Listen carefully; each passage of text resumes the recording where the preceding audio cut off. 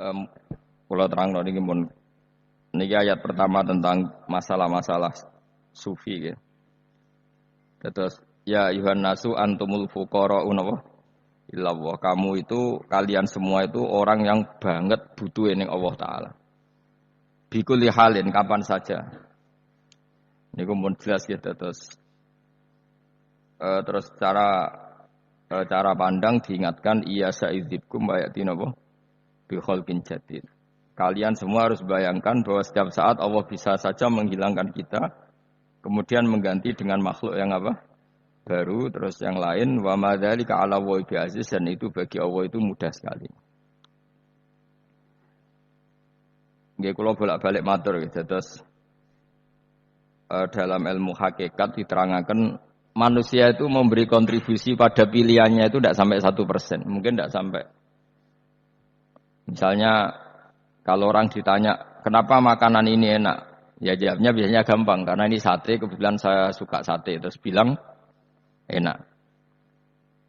Begitu juga misalnya hubungan suami istri, senang kumpul bojo, mergo ayu dan sebagainya. Ya itu yang mudah diomongkan. Tapi misalnya bayangkan ke pas mangan sate enak terus gempa. Padahal satenya tetap enak. Kamu ya tetap sehat. Tapi gara-gara gempa menjadi tidak enak. Berarti yang benar kan mangan sate ku enak, syaratnya gak pas garam gempa. Ono syarat meneh, ora konangan sing utangi. Padha kowe ngloni bojomu sing ayu, iku syarat enak iku kudu ora ono gempa. Ora pas ngamuk. Pas ngamuk lah ya tetep ayu, tapi kan kowe ora seneng. Artinya gini loh. Ketika manusia mengatakan mampu, sebenarnya ada sekian hal yang manusia itu tidak ikut melakukannya, tidak ikut menciptakannya. Misalnya kue nyupir, supirana enak punya pengalaman, tidak kecelakaan karena apa? Nyupir kue enak, mobilku normal. Ya, mobilmu normal lah, wabrak mobil ya mabuk apa? Nah di sini ini manusia dituntut, diingatkan terus, kamu itu butuh Allah, rahmat Allah itu yang melindungi kamu, bukan keahlian kamu, bukan kecakapan kamu. Karena tanpa itu semua tidak bisa. Semuanya Allah. Ya, tapi manusia tadi gara-gara misalnya tadi mobilnya normal, dia punya keahlian nyupir, terus mengklaim kalau keselamatan dia itu karena hati-hatinya dia, karena mobilnya normal. Padahal ada sekian catatan yang menjadikan dia selamat. Dan semuanya itu kudrahnya Allah Subhanahu wa ta'ala. Misalnya gak ditabrak wong mabuk, gak ono gempa, gak ono bumi merekah. Misalnya kita pinter nyupir lah, terus bumi memangap, terus kita cemplung apa-apa. Pemene daerah-daerah kayak ya rasa tak sebut nomor itu. Kira tahu muka safayo bener mari tak sebut nomor yang ngeri. Intinya Indonesia ora aman, tapi kita tenang aja satunya ora aman kabeh ora sing aman. Ora usah kuwatir dikuwi faksi, ora usah kuwatir meteor jatuh, kabeh ya potensi napa? Potensi semua. Sehingga ini sedikit saya ijazahkan. Suatu saat kata Rasulullah, saya ya Mu'ad melihat kamu hanya sejengkal di depan para ulama ketika nanti di akhirat. Terus Mu'ad Rasulullah tanya, kenapa kamu hanya satu jengkal dengan derajatnya para ulama ketika sowan Allah? Terjawabnya Mu'ad, kamu punya amal apa?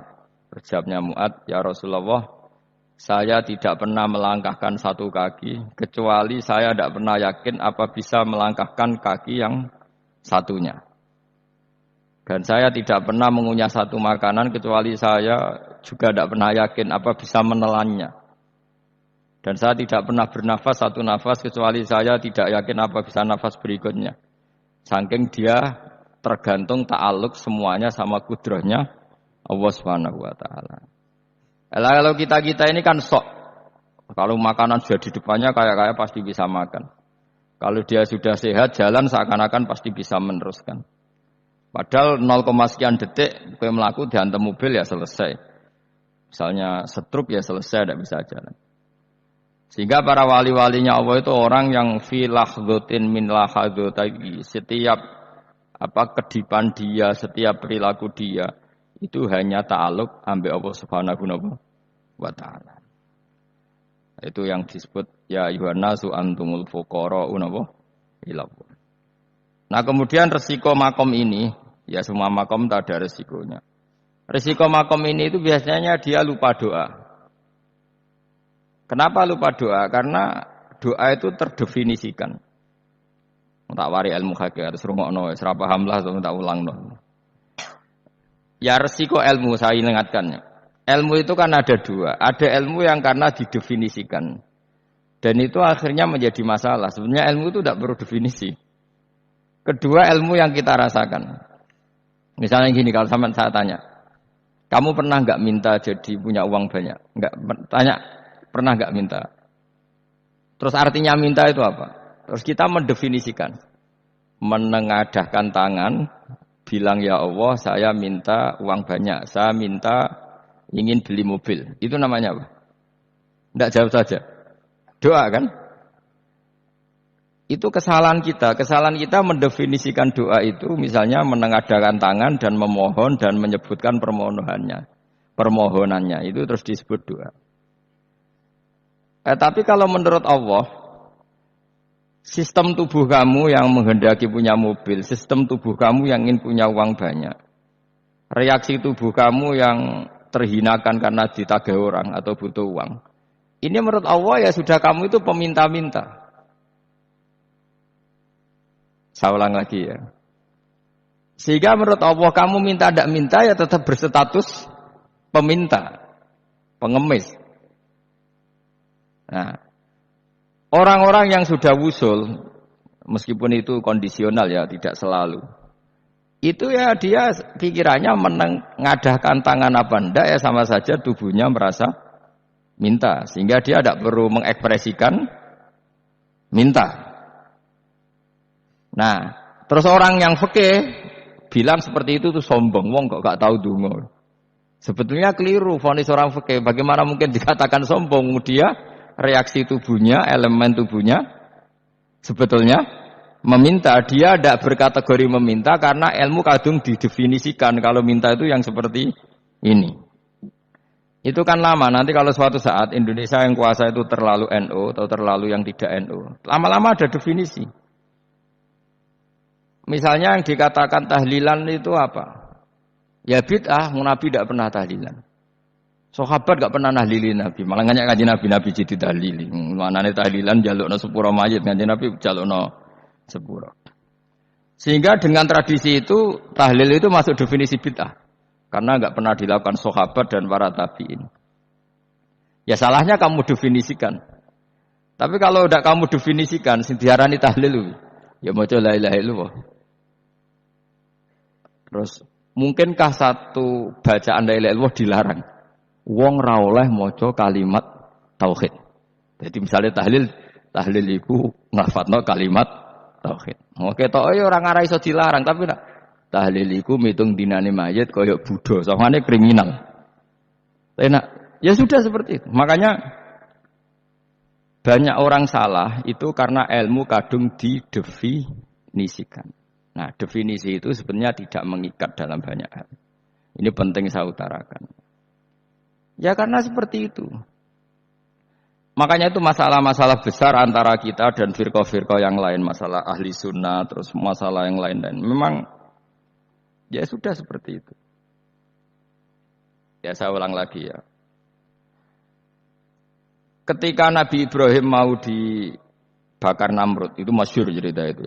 Dan kemudian jadi namanya Habib Syah. Habib Syah itu sebetulnya hanya ngutip Habib Abdul Haddad. Jadi syair itu sebenarnya ada di Diwanul Haddad. Apa? Diwanul Haddad. Diwanul Haddad itu syair-syair Abdul Haddad ketika beliau usul, beliau mukasyafah. Terus bagian dinyanyikan Habib Syah terus jadi populer. Saya ulang lagi ya. Tubuh kita, misalnya kamu lapar, perut kamu kan mereaksi minta makan. Andaikan kamu itu Tuhan, kan kamu tahu bahwa perut kamu itu minta makan. Tanpa kita bilang, ya Allah saya minta makan, Allah tahu kalau reaksi tubuh kamu minta makan. Sehingga orang yang tidak minta pun asal makomnya makom yang ikror, mengakui kalau dia butuh, ya namanya sudah minta. Tapi fikih kadang mendefinisikan sing darani minta itu misalnya madhep kiblat terus menengadahkan tangan dan sebagainya. Ya sudah kita Kita sebagai orang pengikut ya yang ikuti fikih, yang ikuti tasawuf, sebetulnya itu definisi yang sepihak. Sehingga ketika Nabi Ibrahim mau dibakar Namrud, masyhur itu cerita itu. Beberapa hari mungkin bulan-bulan orang disuruh Namrud cari kayu sebanyak-banyaknya. Ketika kayu sudah terkumpul mungkin satu lapangan, Ibrahim mau dibakar. Pegawainya Namrud tuh bingung caranya nguncalok Ibrahim. Mergo saking gedene napa? Api. Nak diuncalok kok ada iku ratok tengah. Nak diparekno iku kepanasan. Masyhur. Terus setan zaman iku urung akeh dadi ya setan tenan. Saiki kan duplikate sak akeh dadi setan ra tau muncul. Wong duplikate wis napa? Akeh. Singkat cerita setan itu muncul pura-pura jadi manusia terus ditemukan manjanik. Manjanik ya semacam ketepil besar yang jadi menane dari kiai-kiai ketepil haram mergo penemune setan. Jare ini tapi nak manjanik penemune setan itu betul walhasil terus dibikinkan satu manjanik semacam ketepil besar terus Ibrahim dilemparkan ke api. Lewat apa ketepil tadi idenya siapa? Setan. Nah, ketika di tengah api itu unik. Kata malaikat Jibril datang terus tanya sama Ibrahim, "Ya Ibrahim, apa kamu butuh saya? Butuh. Alakah haja, apa kamu punya kebutuhan?" Jawab Ibrahim, "La, saya tidak punya kebutuhan." "Amma ilaika fala, kalau ke kamu ndak lah. Karena kamu makhluk, apapun keren kamu Jibril tetap kamu makhluk. Amma ilaika fala." Ndak maksudnya butuh ke Allah nanti saya yang nyampaikan. Malah dinya Nabi Ibrahim, kalau Allah ndak usah kamu sampaikan ya sudah tahu. Gua ambek Jibril. Oh, nak kowe ditekek tenan. Ya saya ulang lagi, apa kamu punya kebutuhan? Alaka hajal la ama ilaika fala, kalau ke kamu ndak. Ndak maksudnya butuh ke Allah, nanti saya sampaikan. Karena Jibril yang mentang-mentang dekat sama Allah dan tukang memberi informasi. Tapi kata Ibrahim, kalau ke Allah tidak perlu kamu, dia sudah tahu. Nah itu terjadi nazmannya Habib Abdul Haddad masyhur itu apa? Hasbi min su'ali ilmuhu bihali. Jadi cukup ilmunya Allah itu menjadikan saya tidak perlu minta. Hasbi min su'ali ilmuhu bihali. Subhanallahi wa bihamdihi adada khalqihi wa ridha nafsihi wa zinata arsyihi wa kalimatih. Subhanallahi wa bihamdihi adada khalqihi wa ridha nafsihi wa zinata arsyihi wa kalimatih. Subhanallahi wa bihamdihi adada khalqihi wa ridha nafsihi wa zinata arsyihi midada kalimatihi. Subhanallahi wa bihamdihi adada khalqihi wa ridha nafsihi wa zinata arsyihi midada kalimatihi.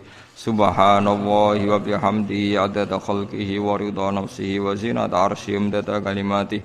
Subhanallahi wa bihamdihi adada khalqihi wa ridha nafsihi wa zinata arsyihi midada kalimatihi. Subhanallahi wa bihamdihi adada khalqihi wa ridha nafsihi wa zinata arsyihi midada kalimatihi.